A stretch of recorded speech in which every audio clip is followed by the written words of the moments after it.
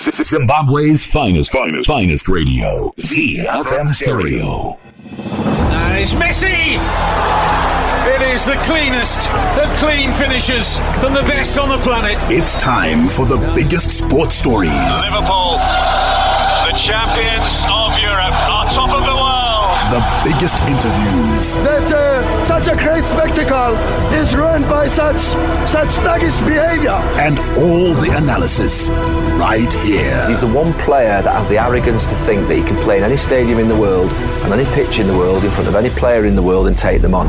Every weekday, it's my sport, it's your sport. It's ZiFM Sport. Let's join the team for the biggest show in the world of sport on ZiFM Stereo. My station, your station. It is a very good evening, Zimbabwe, and welcome to it. It's ZiFM Sport on a Thursday, our shortened show, and today is a special edition. We'll be heading over to the August House, as they call it, Parliament of Zimbabwe, where ZIFA was front and centre, answering some choice questions from our parliamentarians, representing, of course, you, the fans, and the nation of Zimbabwe. Representing ZiFM Sport, Mike Madoda, Barry Menandi, Sean Tafirinyika. Going to be a good one. ZiFM Stereo is untouchable. So, Mikey, Felton Kamambo, front and centre at Parliament of Zimbabwe in front of the Parliamentary Portfolio Committee on Sport. He answers some choice questions. How did you rate him? I rate him very poorly. The man, public speaking is not his forte. Sure. Make no mistake about it. But be that as it may, you would be forced to then look at the man a little longer, stare at him a little longer, and try and sum him up. And perhaps he's a doer, as certain people have thought, that he might not be eloquent, sure, but he actually gets things done. But from what we've seen on the ground, Barry, ZIFA is not getting anything done. I look back and I'm thinking to myself, did I ever think that I would miss Philip Chiangwa and Omega Simanda?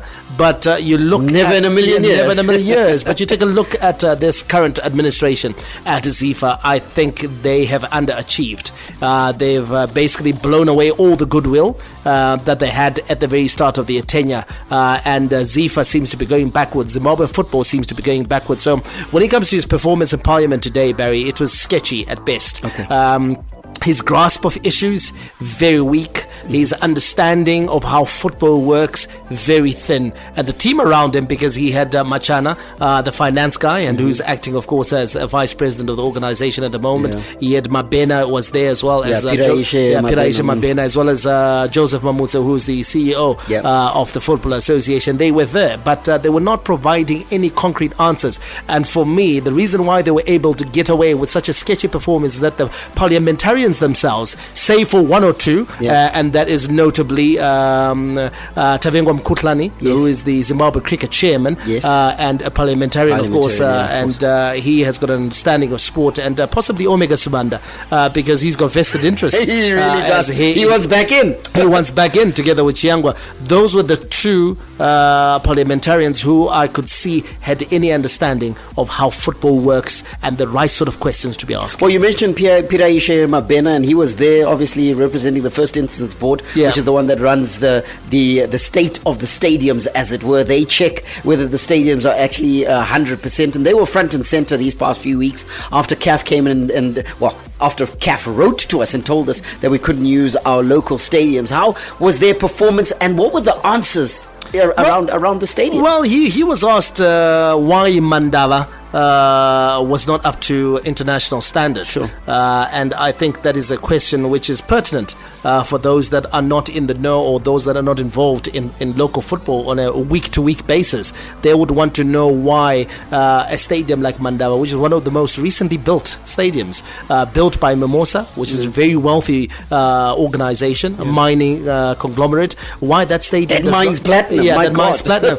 Why that sort of stadium does not meet international standard. What worried me about Piraishe Mabena's response is that he threw the CAF regulations at the parliamentarians. Basically, he was just regurgitating what's on a piece of paper, as to say, right, these are the 5 things that CAF looks at when they're looking at your infrastructure and your stadia. And he was repeating that. He didn't go into the specifics as to why you know what, this particular stadium is lacking this particular stadium is lacking that. What are the things that we can do? And I was very impressed with Tavengo Mkhulwane, the Zimbabwe cricket chairman, who then came in and said, you know what, guys, I know we are lacking in certain facilities, but having run international tournaments at Zimbabwe cricket, one of the things that we did for infrastructure that was not in place is that we put up temporary structures. So when they're talking about doping rooms, when they're talking about medical facilities, when they're talking about media rooms, we put temporary structures. We make one available for whatever game that, or series, whilst we're building capacity to what? To lay down brick and mortar. Sure. So why can't we do that, you know? And once again, like I say, Barry, the answers were very sketchy. And I go back to AFCON, you know, I attended AFCON in Gabon, and that's one of the things they did. They had temporal structures outside the stadium for the media, for example. And those facilities can be put up at Rufaro Stadium, can be put up at Barberfield Stadium. You don't have to be breaking down walls and building structures at the moment because you're just trying to fix a problem that's arisen. You can do that long term with proper financing, but in the meantime, what's stopping the Barry from putting up a temporal structure to accommodate some of these things that are missing? And that presents several problems, because the first problem it presents, and squarely in the face of ZIFA, is that when CAF sent their first inspectors way back when, ZIFA didn't prepare these stadiums on the basis, and whenever you and I have been through an inspection that ZIFA has conducted, they asked, can you prepare your facility as if it were a match day? So ZIFA didn't prepare those venues as if it were a match day. They just put out the flags and thought to themselves, we're done. They could have, you make such a pertinent point, and I think Tavengo Mkhulwane makes a pertinent point, that they could have made more of an effort to at least put some whether it's a tent or whatever the case may be, some temporary structures that would then serve the function. Put up a marquee with desks for the media. That's it. Get one of these internet service providers to go in there, chuck up some Wi-Fi at the stadium. How difficult, Barry, is it to send in carpenters who are going to put in lockers into the National Sports Stadium for the referees and for the teams? In fact, you could even put temporary lockers like the ones that most of the boarding schools have. Those are issues that you can do. They're talking about toilets, for example. You can go to one of these events companies now. They've got modern swank toilets that are actually better than the ones that you got built in into your buildings, which they can provide for you at your stadium. So all those things can be done temporarily whilst you prepare or build the capacity to then build something that's long term. So ZIFA, according to our assessment, not doing well at Parliament this evening or this afternoon. But what we will say, you can make your own judgment here on ZiFM Sport, because here is Felton Kamambo leading a delegation that was sitting in front of the Parliamentary Portfolio on Sport, and two of those members, Tavengo Mkhulwane of Zimbabwe Cricket, yes, you know the name, he's also a parliamentarian, and of course, Omega Sibanda. The football stadiums are key to the growth and development of football in Zimbabwe. Accessibility and the general provision of the facilities are essential ingredients to a nation's performance. The report comes on the back of numerous pleas to owners and providers of football facilities to ensure that the football sector has unlimited access to the best facilities. The current facility saga has brought to the fore the need to have a national sports facility policy which all stakeholders will need to implement. On 27 February 2020, the delegation met Minister of Youth, Sports, Arts and Recreation, Mr. Kes on the stadium. We were discussing on the way forward now with almost all the stakeholders. ZIFA then wrote to CAF and requested for an extension on the inspection of the stadium, so that we were able to host our match against Algeria in Zimbabwe. We also wrote, they then asked us for a stadium again. We then wrote to them requesting for a provisional homologation of the stadium, particularly the Barberfield, because the Blawai Council actually committed they might meet the minimum standard.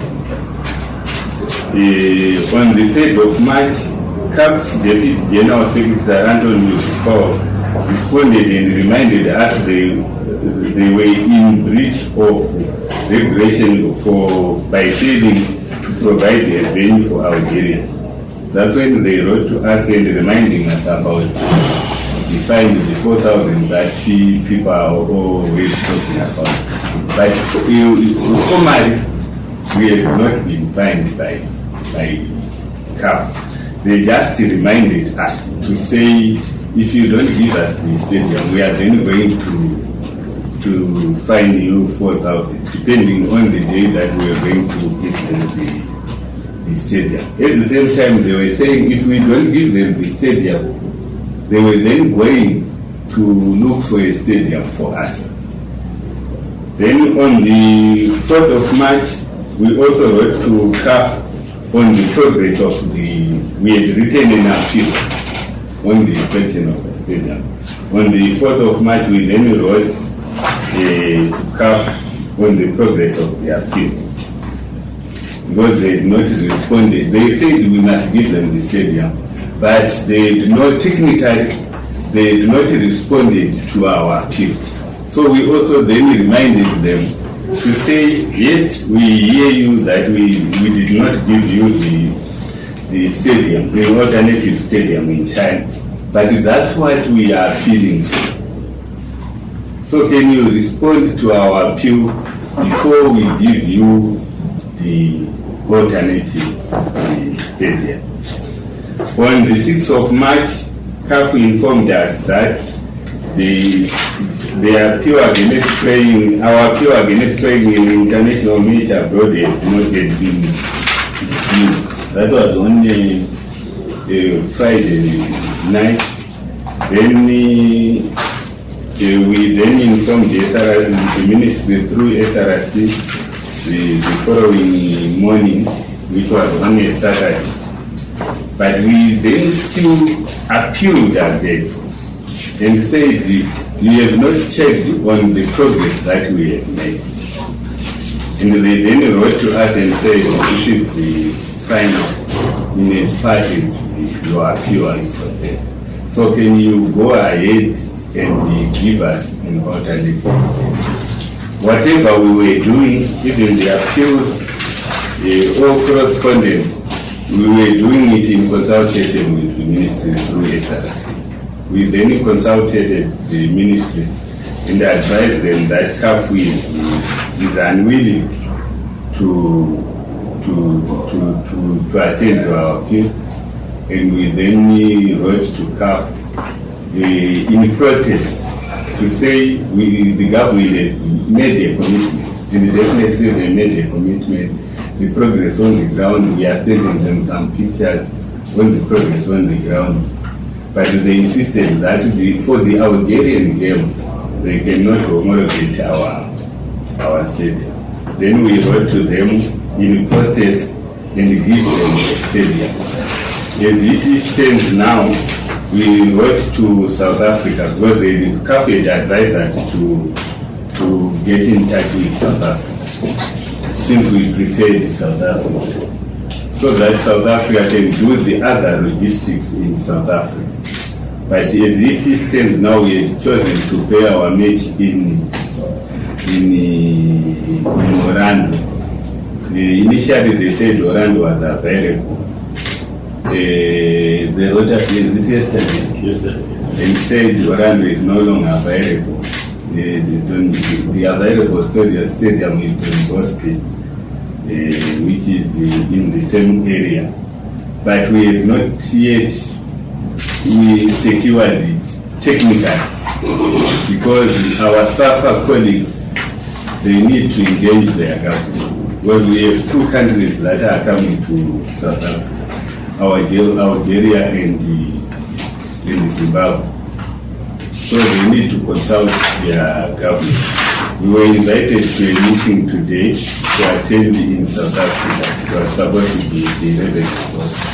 We seconded someone, but in that meeting they want a representative of our embassy in South Africa to also attend. So once they get an approval from their government after this meeting. That's when we can then confirm whether we have a stadium in South Africa. South Africa SAFA is supposed to organize our game. By now they could have started advertising the game on our behalf. But they are seeking for authority from their government whether the Algerian will be allowed to go to South Africa. We have a member who is attending that meeting today.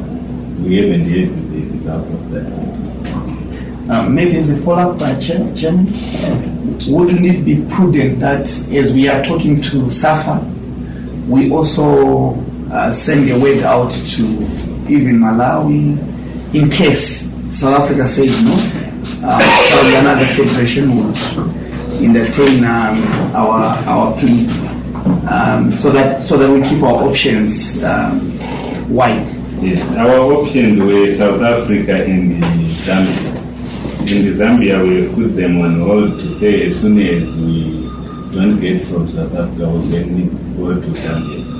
Because we had chosen South Africa, we thought there are many Zimbabweans in South Africa, and we might have some kind of income to assist on the expenses of the game. Then Zambia was also our choice because it's easier to travel to Zambia for the local supporters. So we have Zambia in South Africa. Okay. And Mr. Chairman, my last question, on a cost comparison basis, if you take Malawi, Zambia, and South Africa, which of these venues is cost effective, given, the plight that we have as an association, that we are not that liquid? Which of these venues would you say is cost effective for us to be hosted? For South Africa, if our estimate, probably if we get the support base that we anticipate, South Africa can be cheaper. Zambia, we don't think we will get the kind of support that we get from South Africa. So in terms of South Africa could be cheaper, but we have one disadvantage with South Africa, because we are going to, if we are going to play it in Algeria, we are going to play on the 26th.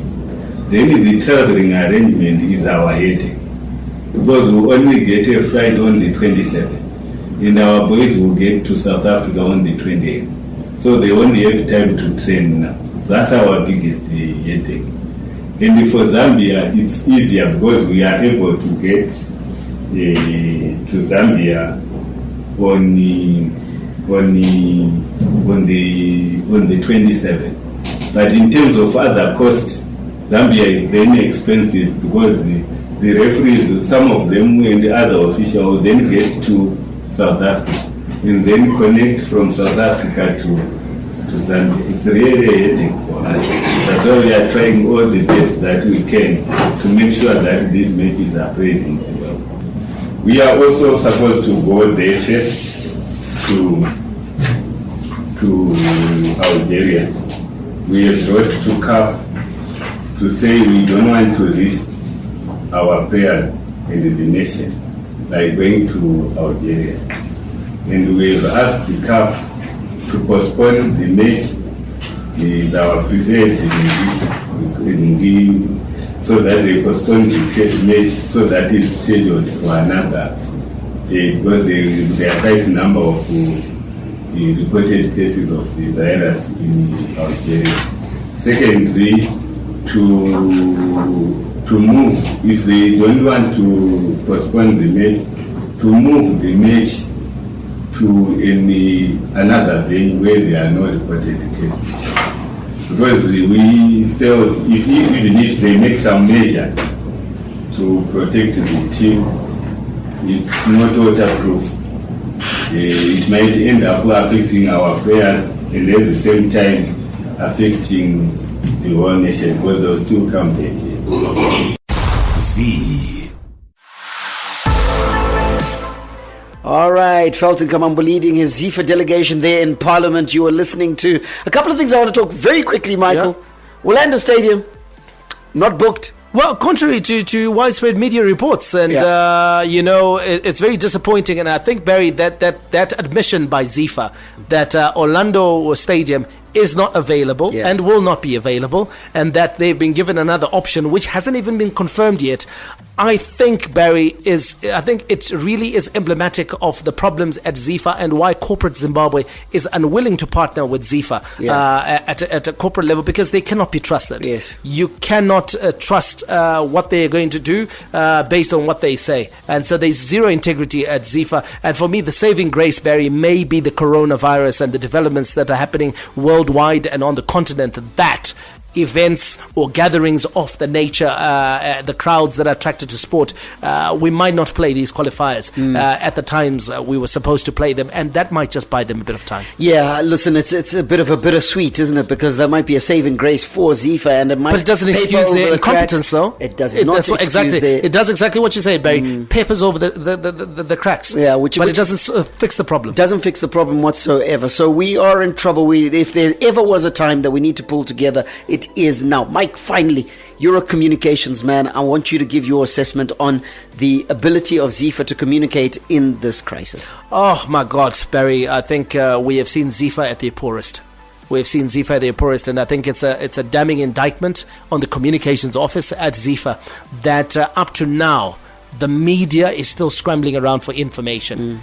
After they found information, the media have to then verify whether the information is correct, because there's nothing that is coming out. You know, we saw even the most trusted sources in our national media space getting stories wrong because they were speculating. ZIFA has not been forthright with information. And so for me, I think ZIFA needs to do better in terms of communicating. And our worry now is if you can't communicate correctly and truthfully about the hire of a stadium, about the availability of a facility, what more now about the coronavirus? What more now the safety issues and the health issues that are facing those that may be representing Zimbabwe beyond our borders? So it really is concerning for me that they are not doing a better job of communicating. Just be honest, just be truthful. Tell people what's out there and let people process the information. Communication 101. In a crisis, you over-communicate and make sure that you are letting everybody know exactly where things are. At this stage, I think under-communicating would be an overstatement. Absolutely. For ZIFA.